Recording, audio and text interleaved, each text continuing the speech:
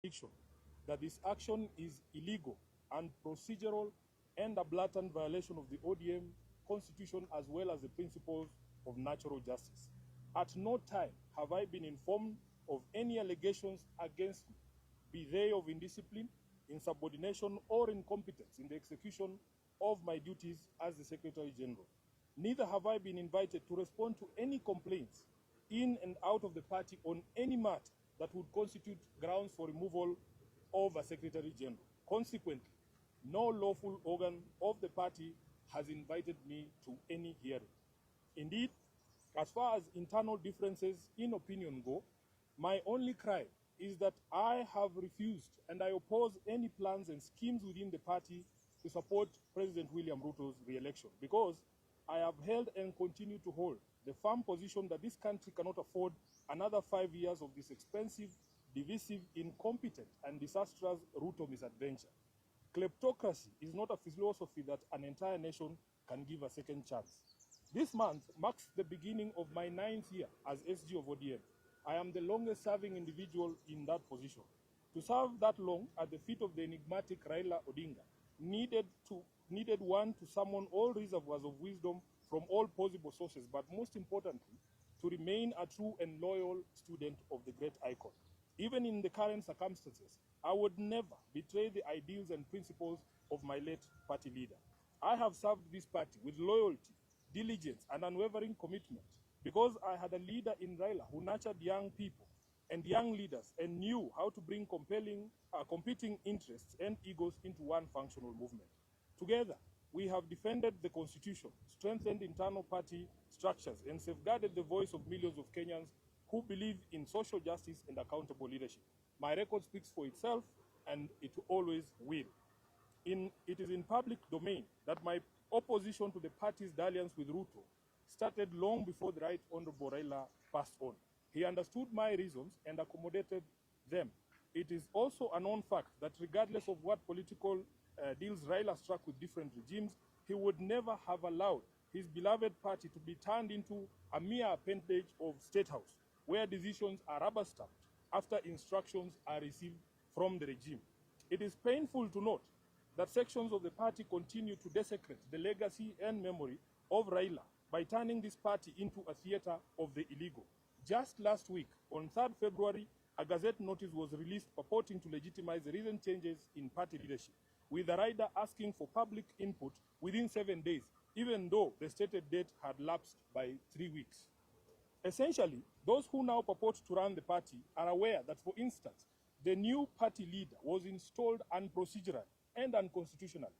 These shortcuts and illegal edicts reflect the bad manners that progressive institutions and individuals pick up as soon as they get cozy with William Ruto.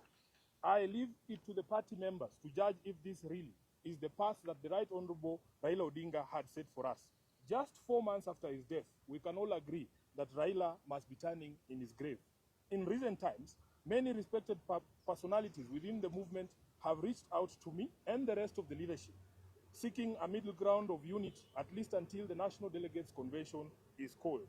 I may not mention all of them, but the party trustees, and they know themselves, as well as Mama Ida Odinga and Her Excellency Ruth Odinga, the women representative for Kisumu, among others, have worked tirelessly to try and unite the party and renew the spirit of Raila in the party. But it seems the rest of the leadership, answering to instructions from elsewhere, has been unable to embrace dialogue. I want to assure our members across the country that this is not about positions. It is about principle. It is about protecting the integrity of our party.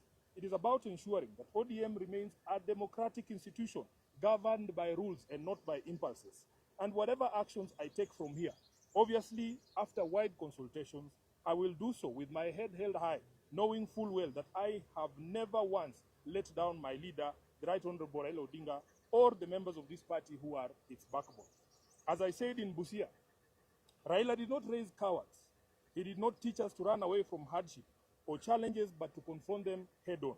Our party constitution places a responsibility on us to fight for ODM, and fight we shall.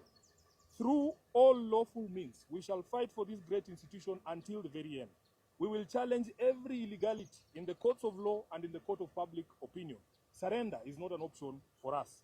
I urge our members to remain calm, steadfast, and committed to the ideals that brought us together. ODM is bigger than any individual, and it must remain anchored in justice, transparency, and respect for its own constitution. Even as we confront the spectacle of stagnation against progress and liberal versus conservative clashes in our politics, we shouldn't fall for the allure of easy largesse and cheap promises made to the electorate for the sole purpose of perpetuating the age-old slavery visited on citizens of this nation by a regime lacking in legitimacy. I remain a loyal member and the duly elected Secretary General of the ODM party. I remain committed to the struggle for a fair, just, and democratic Kenya. As I navigate this period, I ask for your prayers and goodwill, but most importantly, for all of you to remain vigilant in guarding the freedoms that Raila Odinga taught us never to compromise over.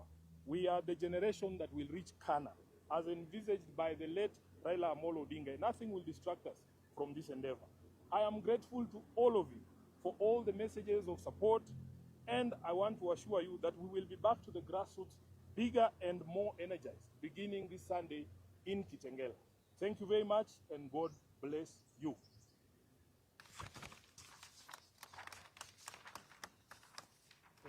So we will allow the Deputy Party Leader to say a few things. The Honorable Governor James Orengo will say a few things, and the Honorable Winnie Odinga will say a few things. Then we will take questions.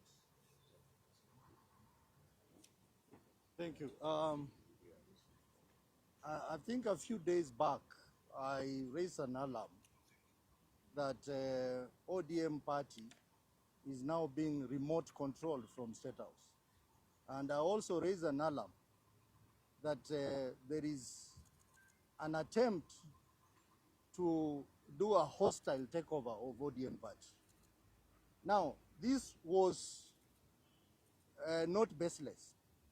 I want to inform you that last Friday, I received a call from chairperson of ODM, Madam Gladys Wanga.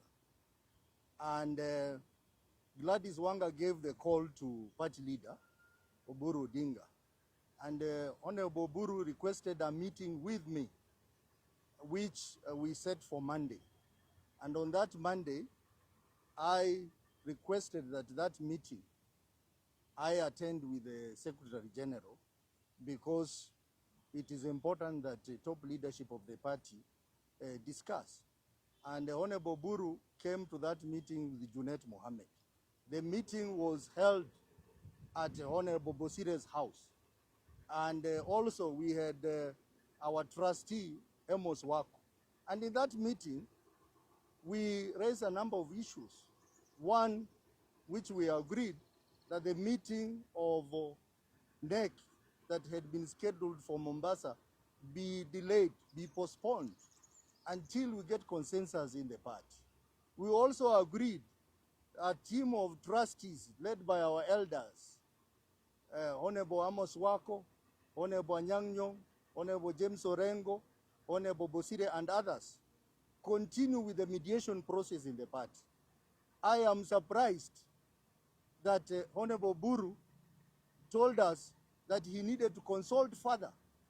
That consultation, he did not consult it with other key stakeholders in the party, but they proceeded that night to State House to consult William Ruto.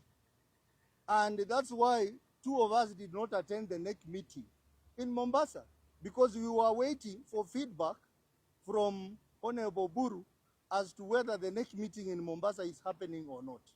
I am surprised that they went ahead and made very, very critical decision of removing Honorable Sifuna as the SG.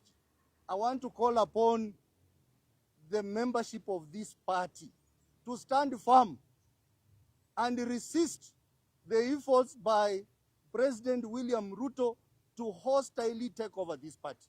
We will not allow him. We will not allow him to have his way. And I know that many, many other leaders are going to join this cause.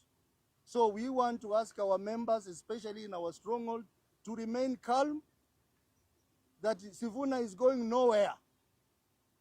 And I had said that if Sifuna goes, I will also go. I want to say that these members have agreed that we will fight the war and we still recognize Sifuna as our legitimate Secretary General, as you will discover shortly. We want to say that there is a pair in this party which is an axis of evil. They know themselves, I'm not going to mention their name, who are working day and night to assist William Ruto to wreck this party. We will not allow you.